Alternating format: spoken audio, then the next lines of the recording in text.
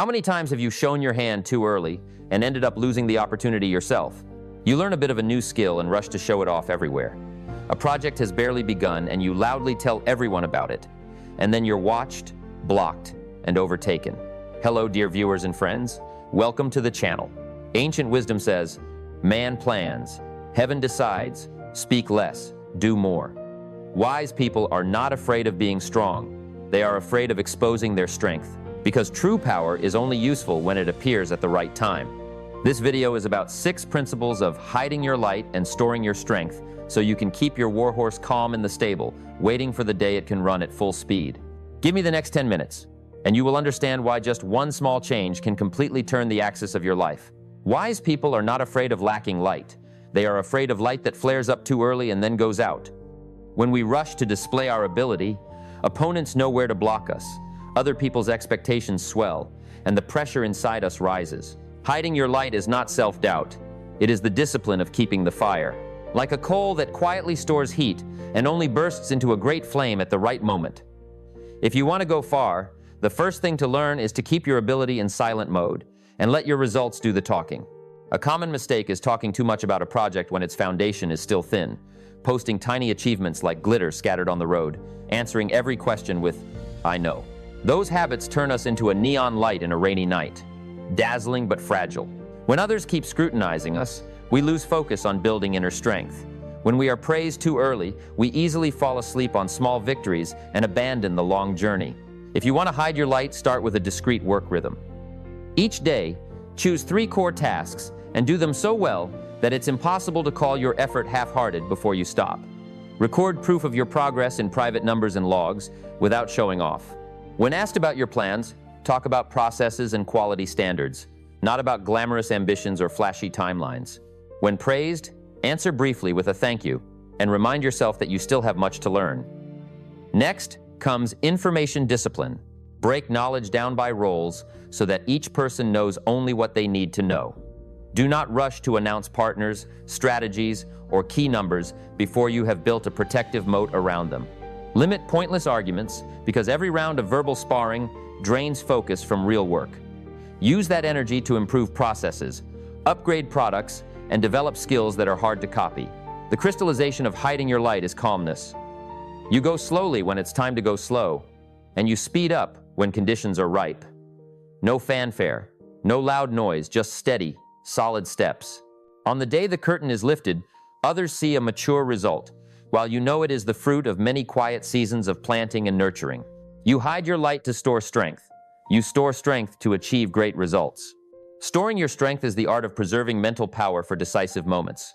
Inexperienced people want to prove themselves everywhere because they're afraid of being looked down on. Mature people understand that every time they show off, they are leaking energy. Your inner strength has 3 core parts: confidence, capability, and willpower. If you let them evaporate in petty debates and excessive boasting, then when you truly need to strike, you'll find your hands empty and your heart exhausted. A common mistake is winning with your mouth, but losing in the outcome. We react immediately when provoked, throw all our best arguments into a meaningless comment, and then trap ourselves in having to defend our pride. Storing your strength teaches you to pause for a moment and look at the whole board. Before each tense conversation, take a few deep breaths and ask yourself, is my goal to inform, to probe, or to get a decision? If the goal is unclear, silence is the wise choice. Silence is not surrender. Silence is charging your battery. You can practice the 3-step restraint rule. The first restraint is to listen long enough to gather the full facts, because most conflicts arise from missing information. The second restraint is to organize your arguments, write down the key points, and filter what really needs to be said. The third restraint is to choose the arena, meaning only speak when you have the advantage in data, timing, and decision power. 3 layers of restraint cut off the habit of reacting from ego and replace it with strategic action. At work, turn stored strength into your operating schedule. Block out deep work time for difficult tasks, turn off all notifications, and treat that time as sacred. No one is allowed to intrude. Get used to writing drafts for emotionally charged emails and not sending them right away. Read them again the next morning and then decide whether to send or not. In negotiations, share only the numbers that are truly necessary and never fully expose your core strengths. Let the other side guess how strong you are, because ambiguity can be more intimidating than bold declarations. When you know how to compress your energy, you keep your own rhythm. That rhythm lets you channel your strength at the right moment. Say little but say what carries weight. Appear rarely but create real impact. Wise people don't chase applause in the first round. They calmly walk through each round, saving the loudest applause for the final bell. The strength you store today is the decisive blow of tomorrow. Choosing the arena. Not every game is worth playing. Power does not lie in fighting many battles, but in choosing the right battles. Many talented people never break through because they spend their strength in muddy arenas. Endless arguments online, ego wars in the office, jumping into vague projects with no clear business model. Every game has its rules. The wise begin with a question. Does this arena add compound value to my future? If the answer is vague, walk away before you waste another minute. Use the 3C decision frame. Clarity. Can the goal be measured? What is the timeline? What are the specific success criteria? Control. Do you control the key resources? Time, data, people, budget? If most variables are out of your hands, then winning is mostly luck. Compounding? Will today's small result become a stepping stone for a bigger move tomorrow? A contract that opens new client networks has compounding value. A debate that earns a few rounds of applause and then disappears does not. To build the habit of choosing your arena well, each week cut one noisy arena. Cancel one unnecessary argument. Leave one noisy group. Stop one activity that doesn't create momentum for growth. Pour the freed up time into high multiplier work, such as writing better processes, sharpening core skills, designing products that are hard to copy. Each month, review your list of projects and mark which ones have real numbers and clear milestones, which ones exist only in the form of expectations and hype. Vague projects should be paused and moved into small-scale experiments with a low-risk ceiling. Choosing the arena also means choosing your opponents. Good opponents pull you upward. Bad opponents drag you downward. If a game requires underhanded tricks that erode your integrity, walking away is not losing. It is saving strength for the long road. If an arena forces you to scream just to be noticed, remember, people of real value do not need to shout. They let their products and their data speak for them. When you stand in the right arena, you naturally talk less, rush less, and feel less restless. Instead of scattering your energy in the hallways of idle talk, you let it condense into real work. And when the time comes, just one step from you is enough to make the ground tremble. Speak less. The 137 rule for strategic speech. Speaking less does not mean absolute silence. Speaking less means that every time you open your mouth, there is a purpose, a structure, and real weight behind your words. Wise people use words like a surgeon's scalpel, sharp, clean, precise, never wasting a single cut. The 137 rule helps you turn speech into a tool of influence instead of a habit of dumping emotions.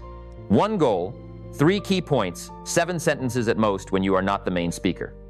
It sounds simple, but it's powerful enough to change the quality of every conversation you have.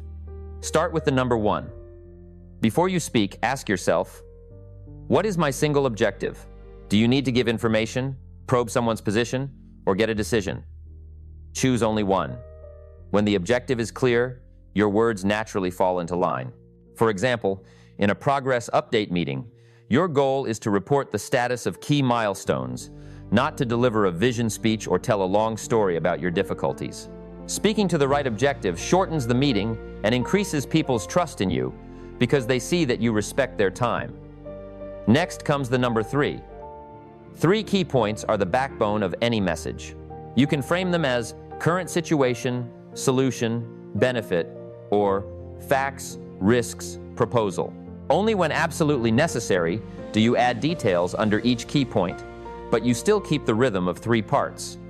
When presenting, state the headline of each point first, then give the evidence. This way of speaking gives the listener a clear path to follow, instead of losing them in a maze of information. If there's a debate, keep coming back to your 3 pillars. Others may slice the issue into many pieces, but you always have a frame that pulls the discussion back to the core. Finally, the number 7.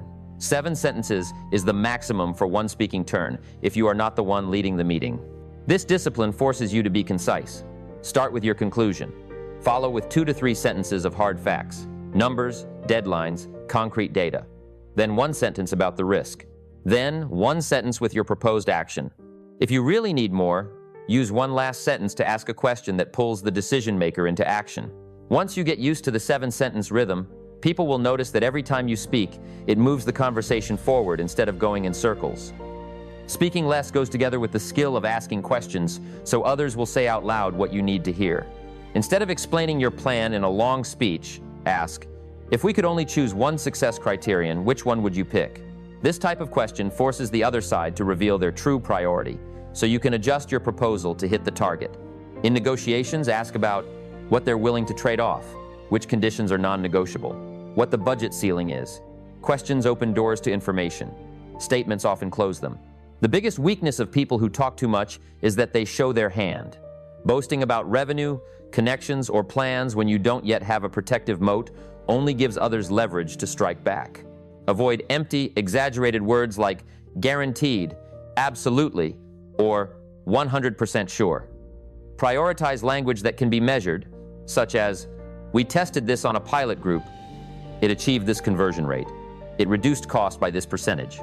Short, accurate, backed by data, and ending with a concrete proposal. Those are the 4 criteria of strategic speech. Once you master the 1-3-7 rule, you'll find yourself speaking less, but having more impact. Each time you speak, it's like a hammer driving a nail deeper into progress. Each time you stop speaking, you create a space for others to think and to lean towards your proposal.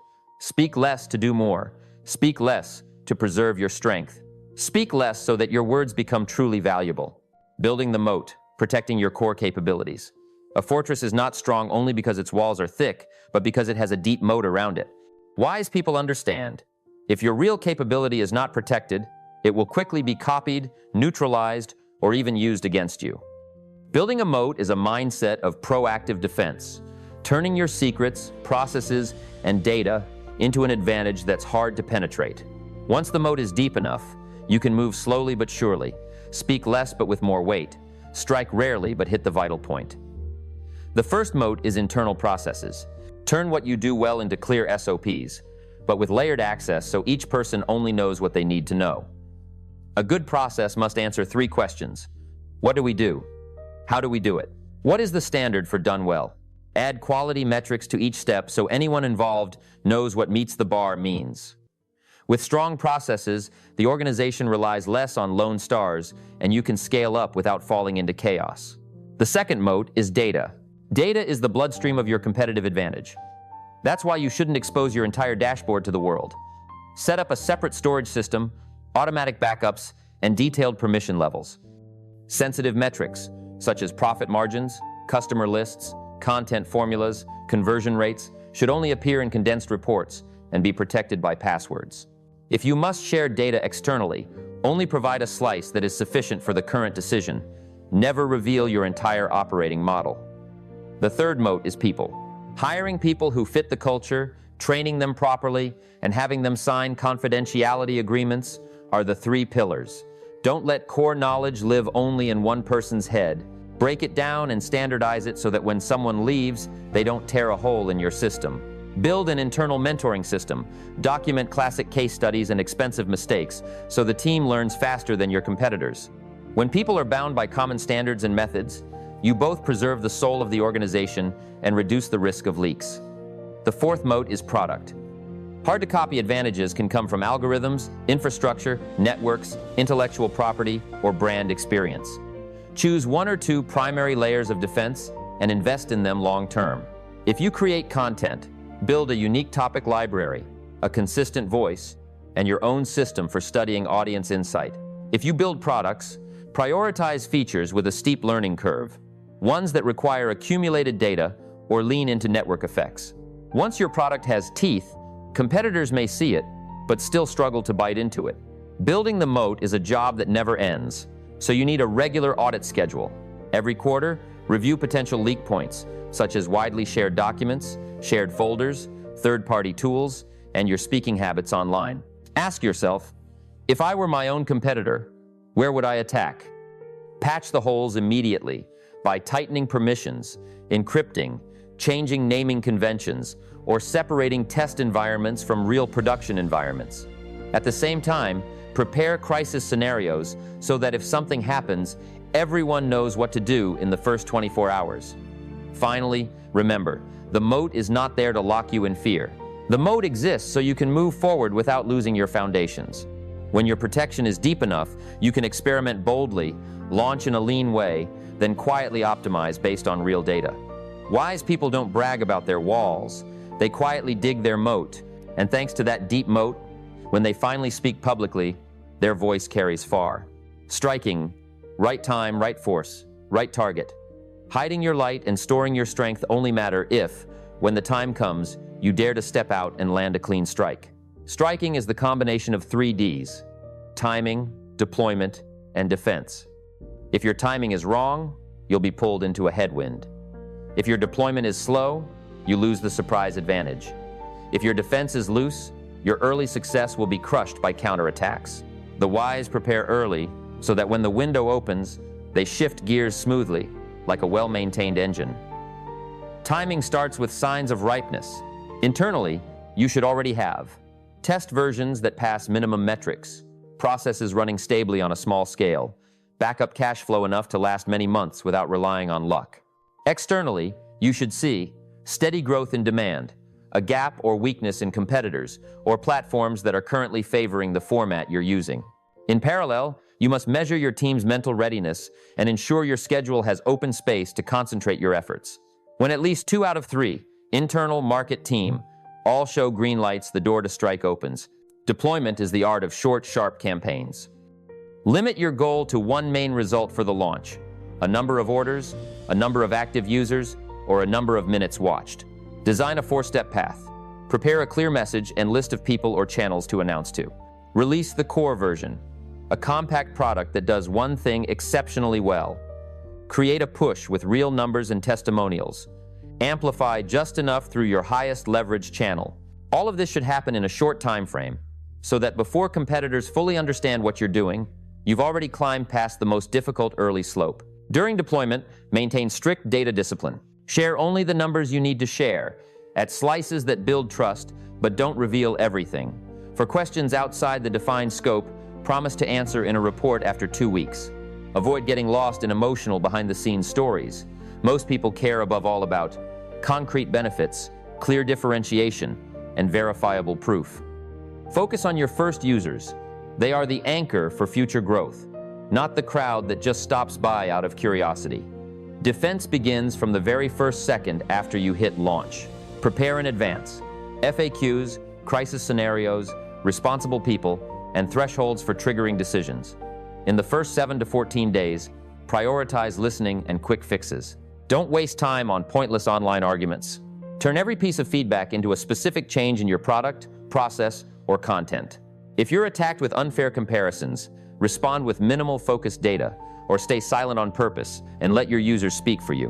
When you have new results, announce them rhythmically like drum beats keeping the army's pace, not like one big explosion that quickly fades out. Striking with the right timing, right force, and right target is the fruit of many seasons of preparation. You don't need to shout because your results are speaking for you. One appearance is enough to create momentum, and from that momentum, you keep accelerating with discipline and data. This is the moment when the light inside you finally shines out. Not blinding and short-lived, but warm and long-lasting. Not noisy, but far-reaching. At this point, if you realize you've shown your hand too many times in life, treat this video as a gentle reminder from ancient wisdom. From today, practice speaking less, going deeper, and hiding your true strength for the moments that truly deserve it. You don't need to be loud. You don't need to prove yourself to the whole world. Just quietly upgrade yourself every day, and one day, your results will speak loudly on your behalf. If you feel you've received value from these reflections, please hit like, subscribe, and turn on the notification bell so you don't miss the next videos from Ancient Wisdom Speaks. That is a huge motivation for us to keep creating deeper and more refined content. And if you've stayed with me until this point, please leave a comment with the 2 words "Tritua" below, so I know you are truly serious about your journey of inner growth and strength. Thank you sincerely for spending your precious time listening. See you again in the next videos on this channel.